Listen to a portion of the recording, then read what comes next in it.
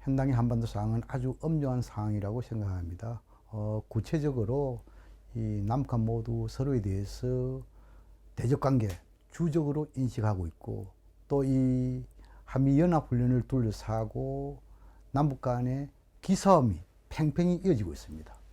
한반도 주변 국가들도 미중 간에, 미러 간에 갈등이 아주 첨예되어 있고, 최근에는 한반도 문제에 있어서 한미일대 북중러라는 신냉전 구도가 거의 정착되어 가는 그런 상황에서 힘이 우려스러운 측면도 있다, 이렇게 분석을 합니다. 2019년 이후부터 우리가 북한 행보를 주목해 보면 단거리 미사일을 개발하고 발사하는 데 집중을 했어요. 그 단거리 미사일은 누구를 겨냥한 것일까? 분명히 중국을 향한 건 아닐 거란 말이죠. 우리를 향한 것이다. 그래서 우리 남측을 타격하기 위한 타격 수단을 KN-23, 24, 25, 북한판 이스칸데르, 에이테킴스, 그 다음에 초대형 방사포, 이런 것들을 집중적으로 개발하고 발사를 했거든요. 그리고 급기야는 작년 1월 달에 8차 당대회를 통해서 김정은 위원장이 전술 핵무기를 개발하겠다 그랬거든요. 과거의 핵은 위력이 너무 크기 때문에 사실은 그걸 사용한다기보다는 억제의 목적으로 했지만, 전술핵 무기를 개발한다는 것은 위력을 작게 만들어서 사용하겠다는 거거든요. 그러니까 전술핵 무기를 작게 만들어서 단거리 미사일에 탑재해서 우리를 직접 타격하겠다고 하는 의도를 갖고 있었던 거예요. 그런데 그걸 이제 최근에 북한이 표출하기 시작했어요.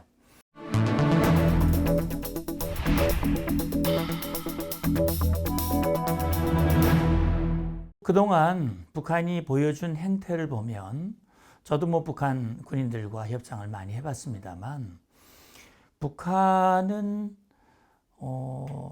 북한이 말하는 표현과 실제 나오는 행동과 상당히 그 차이가 있다는 걸 우리가 느낄 수가 있어요.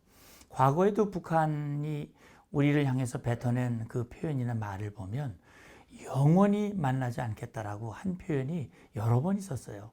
그러나 언제 자기들이 필요하면 언제 그런 말을 했느냐 하는 듯이 싹 무시하고 다시 대화의 자리로 나온 경우가 굉장히 많았거든요.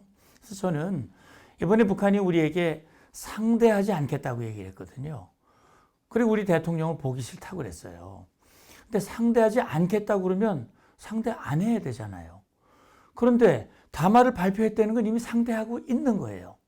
그리고 그 다음에 이제 지금은 아직 얘기하지 않고 있지만 대외 선전 매체를 통해서 끊임없이 우리를 향해서 얘기를 하고 있거든요. 상대를 계속 하고 있는 거예요. 이 얘기는 뭐냐? 자, 우리하고 상대하고 싶으면 우리가 원하는, 우리가 제시한 조건을 수용을 해. 이런 얘기거든요. 그러면 북한이 우리를 향해서 대화의 전제 조건으로 이미 내세운 게 있어요. 두 가지예요. 첫째는 한미연합연습을 영구 중단해라. 근데 그건 우리가 받아들일 수가 없거든요. 받아들여서도 안 되는 것이고. 두 번째는 첨단 무기 도입도 중단해라. 그런데 우리 군이 존재하는 한 무기는 계속 이제 노후화되고, 그 다음에 기술이 발전하기 때문에 전쟁의 양상이 바뀌기 때문에 새로운 무기를 계속 개발하고 그걸 현대화하는 것은 그건 북한도 하고 있는 거예요. 근데 우리 보고 하지 말라는 거야. 그럼 그건 우리가 받아들일 수가 없잖아요. 난 결과적으로 보면 북한이 원하는 건 미국과 가까이 지내는 거는 다 접어두고 북한이 원하는 대로, 북한이 원하는 방향으로 대화에 나와라. 이게 북한의 속내라고 볼 수 있죠.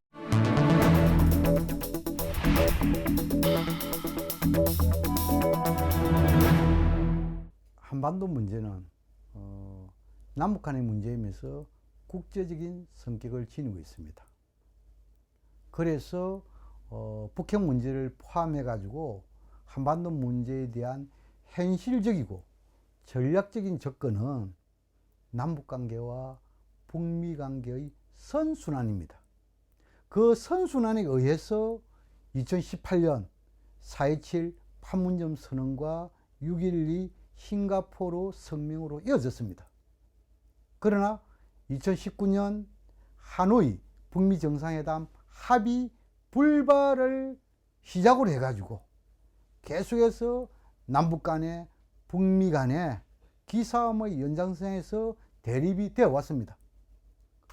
물론 바이든 대통령을 비롯한 바이든 행정부가 4.27 판문점 선언과 6.12 싱가포르 성명을 개성하겠다, 이러한 점을 밝히기는 했지만 실질적으로 행동하는 뒤따르지 못했습니다.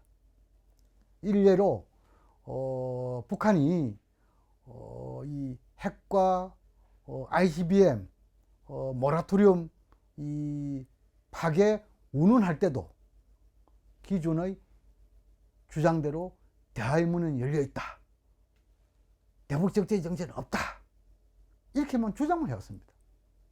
그 타이밍을 놓친 것이죠. 지금 와서는 대화의 문이 아무리 열려 있어도 넘나드는 사람이 없으면 그 문은 아무런 쓸모가 없는 문이 되는 겁니다.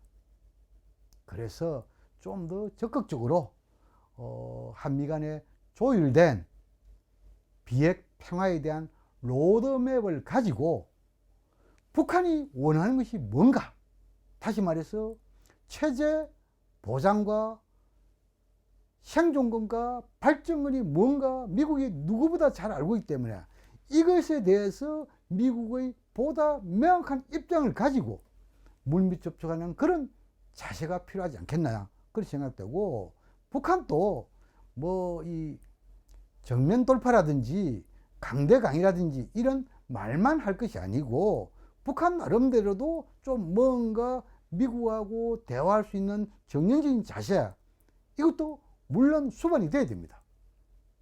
더 나아가서 윤석열 정부는 남북 정상회담, 대북 특사 파견 이런 것에 대해서 발상의 전환이 필요합니다.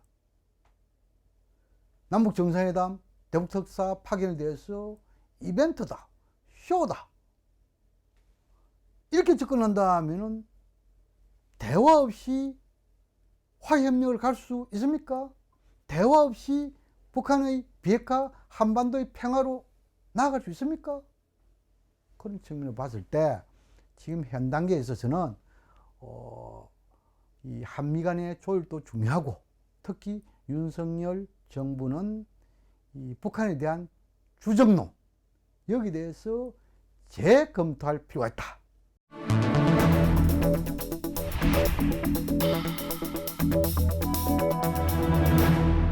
그러니까 예를 들어서 북한이 지금보다 더 핵미사일 역량을 고도화시키는 그런 시도를 계속 한다면, 그러면 거기에 대한 대가, 책임을 묻기 위한 조치들을 계속 이어가야 되겠죠. 다시 말하면 압박의 수위를 높이는 것이죠.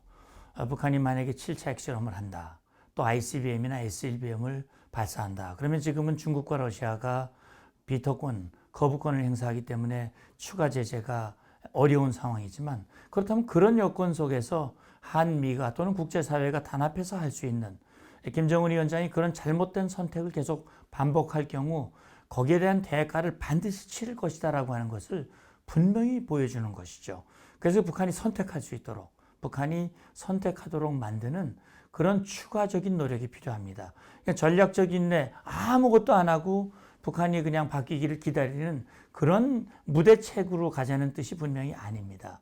그러니까 북한이 좋은 방향을, 우리의 손을 잡으면 북한에게 유리한 것이고, 우리의 손을 뿌리치면 결정적으로 불리하다라고 하는 것을 분명히 보여주는 것이죠. 그건 북한에게만 보여주는 게 아니고 중국과 러시아에게도 그걸 보여줌으로써 이 판이 지속되는 것은 결코 북한이나 중국, 러시아에게 유리하지 않다는 것을 각인시켜주는 노력이 필요하다는 것이죠.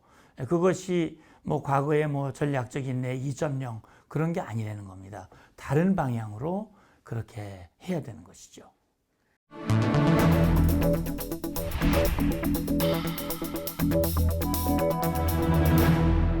과거 경험적 사례 비춰 볼 때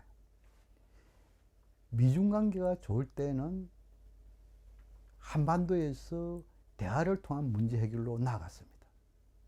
반대로 미중 관계가 나쁠 때는 남북 관계를 포함한 한반도 상황도 상당히 좋지 않았습니다.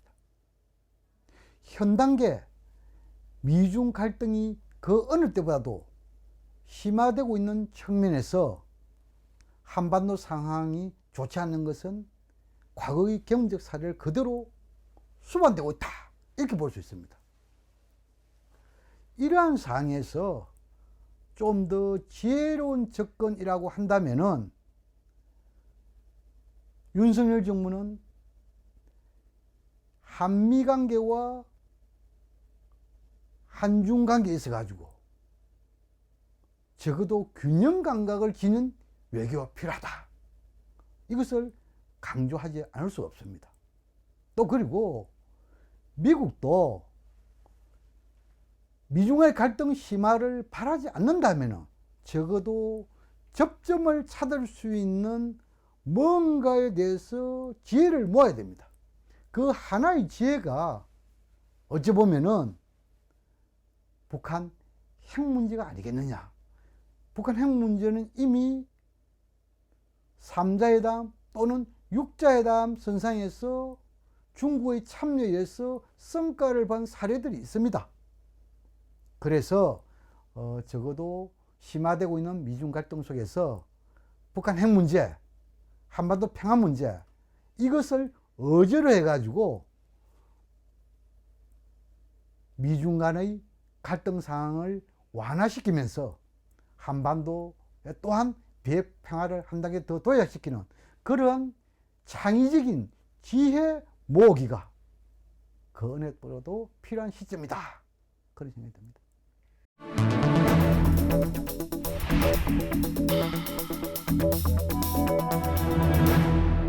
제가 생각할 때는 당분간 남북 관계가 더 호전되기는 아마 어려울 것이다 하는 생각이 들고요.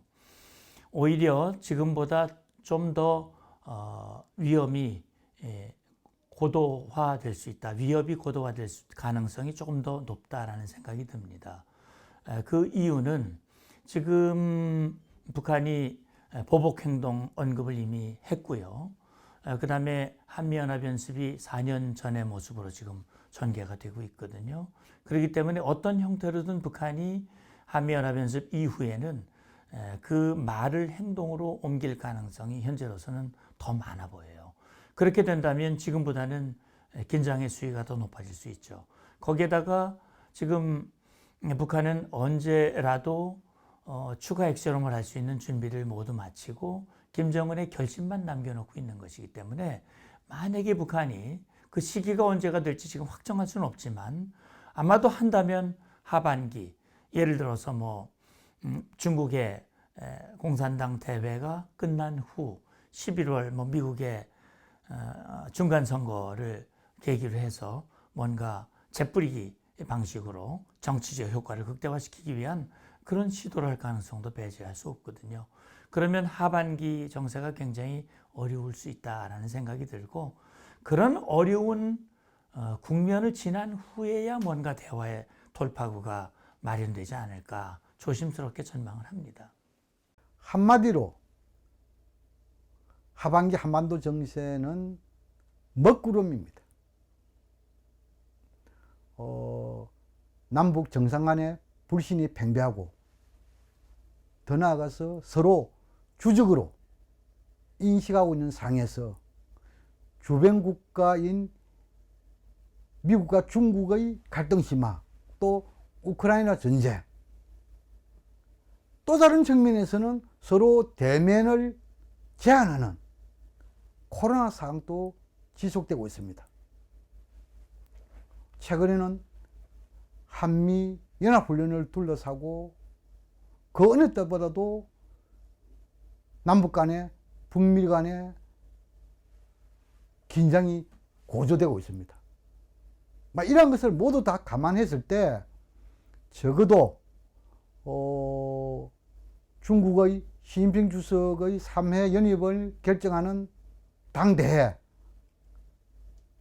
11월 8일 미국의 중간선거, 그때까지는 오히려 한반도 문제에 있어서 긴장이 고조되고 남북관계도 대립 대결이 지속되지 않을까 이렇게 보여지고, 그러나 내년 상반기쯤에는 코로나도 어느 정도 수그러들고 또 미국, 중국 모두 국내 정치에 있어 가지고 뭔가 주민생활 향상, 경량 극복을 위해서 한반도의 평화스러운 국민 조정에 도움이 된다는 그러한 시기가 올 것으로 보이고, 또 이 우크라이나 전쟁 이 부분도 적어도 연말 연초 이르 되면은 그 유럽에서 상당 부분 종전에 대해서 굉장한 목소리가 높아질 거로 생각합니다.